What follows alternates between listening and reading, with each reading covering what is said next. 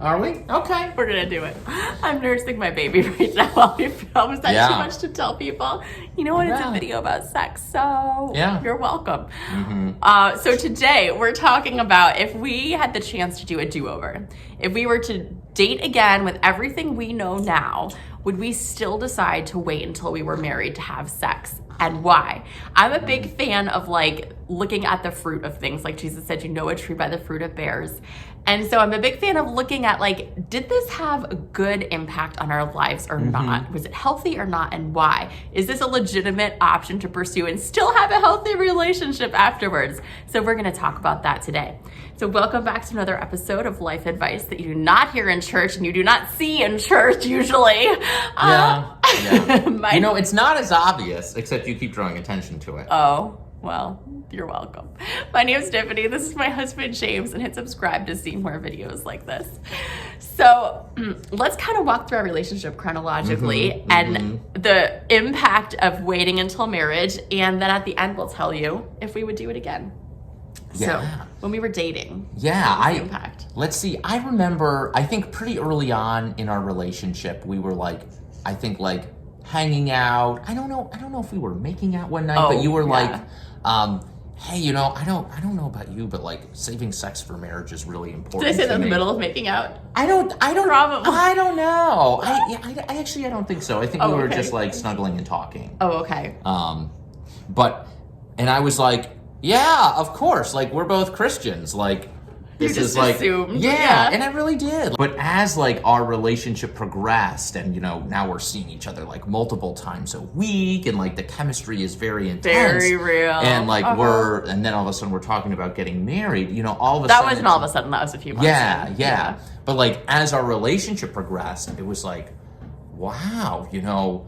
We definitely are, I definitely like feel like that sexual attraction. Like at the time, I just was like, I'll save sex for marriage because I believe this is a way to honor God. That was kind of it for me. There weren't other like pros in my mind. It was just, that was a big driving force in my life and still is. And I think if I hadn't had that, I would have wanted to have sex with him, like, date two. Like, the attraction we was weren't just even, so like, official real. then. Oh, well, I mean, after we started dating. Like, do you remember being at that drive-in with me? Oh, yeah. The chemistry. I don't think we saw a lot of that movie. Yeah. And so, like, I think it was so... Looking back, I'm so grateful that we had that commitment to wait because... I feel like it was so special to have that slow buildup. It would have been so easy to just jump all in right away and like get totally, you know, physically connected. And I mean, there's like this tension you live in of like, I want to honor God. I'm really sexually attracted to you. But, and that's hard at the time, but like looking back, that was just so special. Like there's no other phase like that in our relationship. You know what I mean? Now that we're married, it's like there's no other phase quite like that. Like That's a good point. It's like we had this sort of like very special dating phase where it's like we have this chemistry, but we're not gonna go all the way. Or really, in the grand scheme of things, not even close to all the way. Yeah. Like so we did not have our clothes off. There was nothing was about to happen. I remember talking to like a coworker once, telling me about how he'd met his wife in college. And I was like, oh, you know, that's cool. And he's like, are you gonna ask me like how soon we had sex? And I was like, I actually was not going to ask you that. Well, he's like, well, most guys ask that. He's like, about 2 weeks later.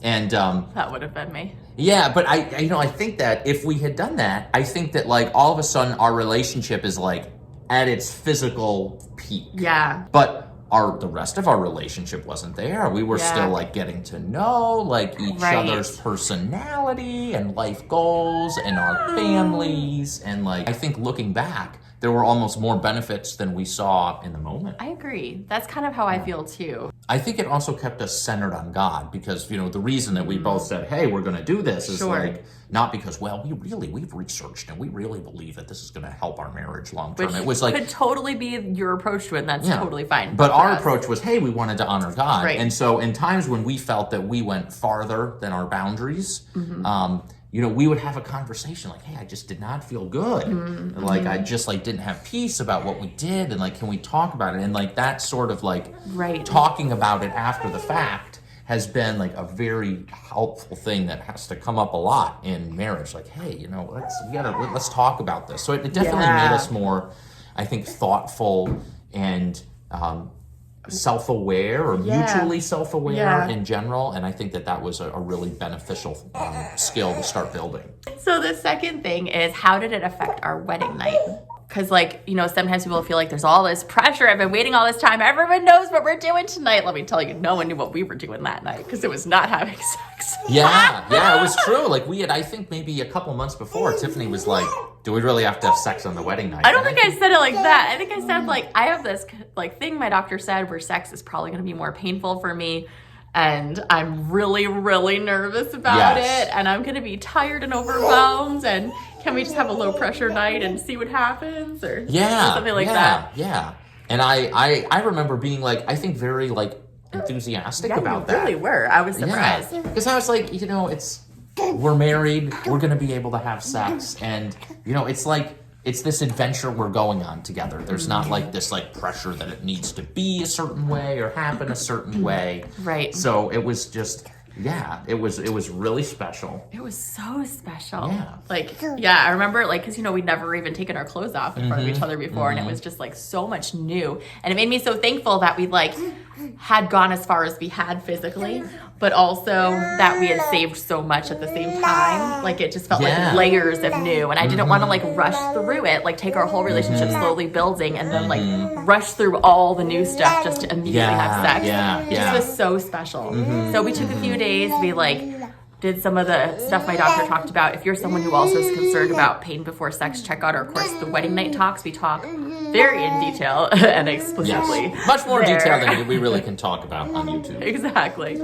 About how to make it so it doesn't hurt, because you don't want to associate sex with pain. Yeah. But I felt like, too, there was no pressure. Like, it wasn't like our first time having sex, is he going to break up with me if I'm not good enough? Like, we're married, you know? Like, it just felt like it took a lot of pressure off so I could kind of, like, be in the moment a little more instead of be, like, worrying about if I'm performing well enough, you know? And it's just like our wedding night, like it was so unique and special and different. Like I have such amazing memories of it. Like same here. It finally felt like after like all these months of like, oh my goodness, we have this sexual urge, but I just like need to like watch where I put my hands. It's like, hey, everything is okay now. Yeah, it was just very exciting. He was driving down the highway. Oh yeah, I was totally like, I'm gonna put my hand down there.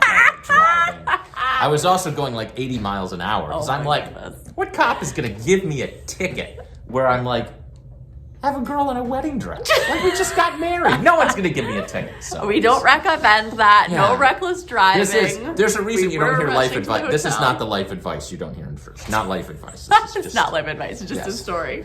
And then finally, how do you feel like it's affected our marriage now? We'll be married 7 years this year. Like, how has saving sex till marriage impacted our marriage? Or has it? I'm sure it has. I don't know that I could put like a finger on it. Like I remember hearing a sermon once from a pastor who he and his wife had also saved sex for marriage, and he had said, they'd been married a lot longer than we have.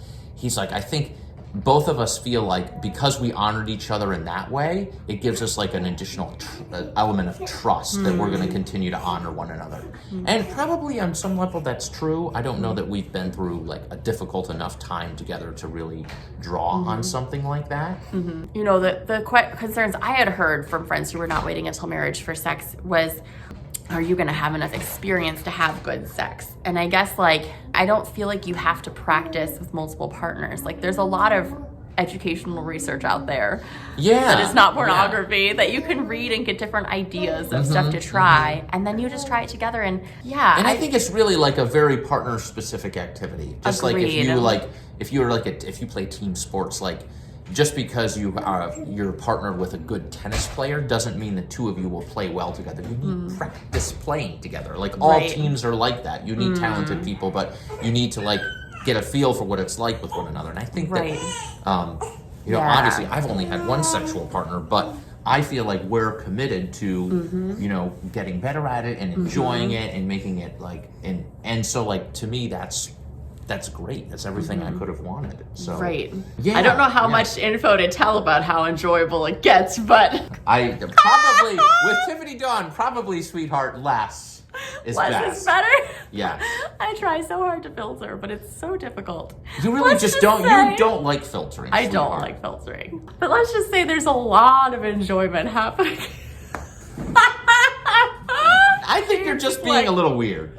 Okay. Anyway, so I guess if we had to do over, looking at it, knowing what we know now, looking back, would you do it again? Yeah, absolutely. Like I have thought of some very positive things and no negative things about saving sex for marriage. So if you do think of a negative, then you can share it. I haven't though. Okay. Yeah. I honestly haven't either. Like, it's been a very positive experience for us. Yeah. So I think that you can teach it in churches in a way that's toxic, like we talked about last week with the don't save yourself for marriage. There are ways to talk about abstinence that is like very harmful, but I think you can also do it in a way that's very positive. And I don't remember even feeling shame at all on our wedding night. It was just like, oh my gosh, I get to do this finally, It wasn't like, I didn't feel dirty about it. I didn't feel ashamed. I didn't feel like I had to hold back. So we want you to know this because we want you to know this is not a popular option, but it is a legitimate option, and it does not have to hurt your relationship for the future. Yeah. You can have a wonderful sex life and a shame-free marriage. And I think for those of you that have grown up or thinking, hey, we're supposed to save sex for marriage, but do we really need to? Is it really positive? Why?